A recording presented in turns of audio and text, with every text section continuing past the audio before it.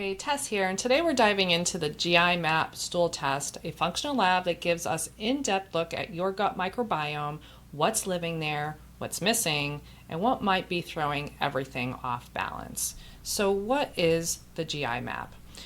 We're made up of tens of thousands of bacteria. Our microbiome and the GI map gives us a snapshot of what's happening inside your digestive system by testing your stool. This isn't your average find the bug test. Yes, it does look for pathogens, but it does so much more. It helps us really understand the terrain, the environment inside of your gut, and how that may be contributing to your symptoms. The functional difference is your MD may run a stool test, right? They're usually looking for one thing, a bug of some sort. They find it, they treat it, done. This leaves some opportunity to look beyond the bug because the terrain is what's inviting that bug to thrive. So, as a functional practitioner, I use the GI map a little bit differently. I'm not just looking for what's invading, I'm looking at why the environment was vulnerable in the first place. Are the good guys missing? How's the digestion? Is it impaired? Is your immune system overreacting or underfunctioning? We're not just treating pathogens, we are restoring balance. So what are we looking at? Here's a breakdown of the GI map. We're looking for normal bacteria or commensal flora, and these are your friendly bacteria, the ones that really help you digest food, they help you produce vitamins, they're protecting your gut lining, they're crowding out pathogens, and when they're in balance, they support everything from digestion to mood. But when there's dysbiosis or an overgrowth of the wrong bacteria or bugs, and undergrowth of the right ones, things get out of whack. We may feel bloated, fatigued, anxious, notice some skin issues and breakouts, cravings, irregular bowel movements. Your gut is really your inner garden, and this part of the test tells us what's growing or not growing in it. Then we look at pathogens and overgrowth. Yes, we do look at parasites, harmful bacteria, viruses, fungal overgrowth like Candida.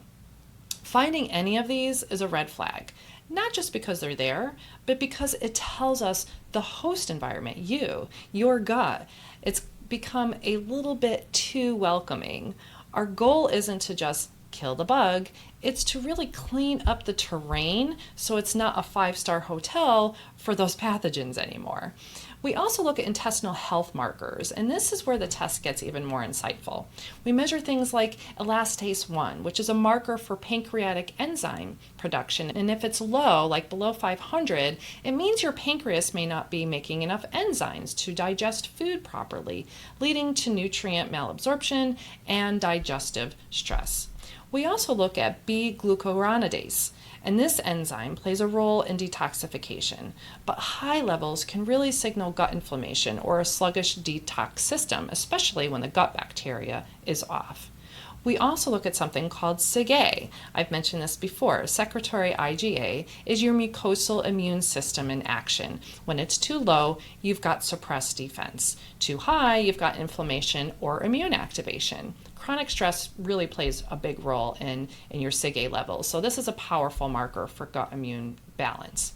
We also look at something called anti-gliadin IgA.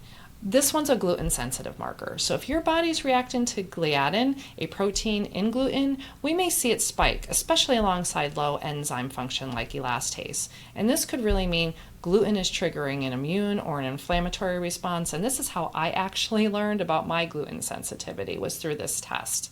So please know that this is not a complete test of the intestinal markers. What I just mentioned, there's much more. It's just a few examples of what the test actually shows. So, the GI map, what is it really telling us? It's not just a stool test, it's a map of your inner terrain.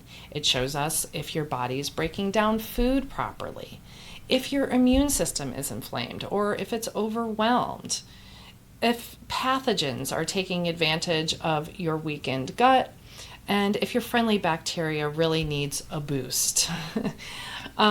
We might see, if gluten might be working against you, and what you may need to start to really begin the healing process. So functional equals foundational, and the best part is once we understand what's going on, we can do something about it. We can support your digestion, we can repair the gut lining, we balance the flora, we reduce inflammation.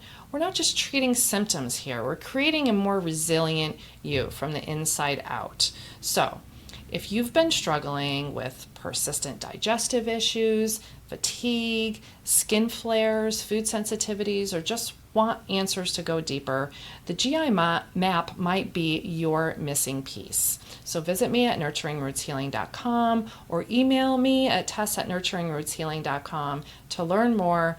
Your gut really is the foundation of your health, so let's give it the attention it deserves.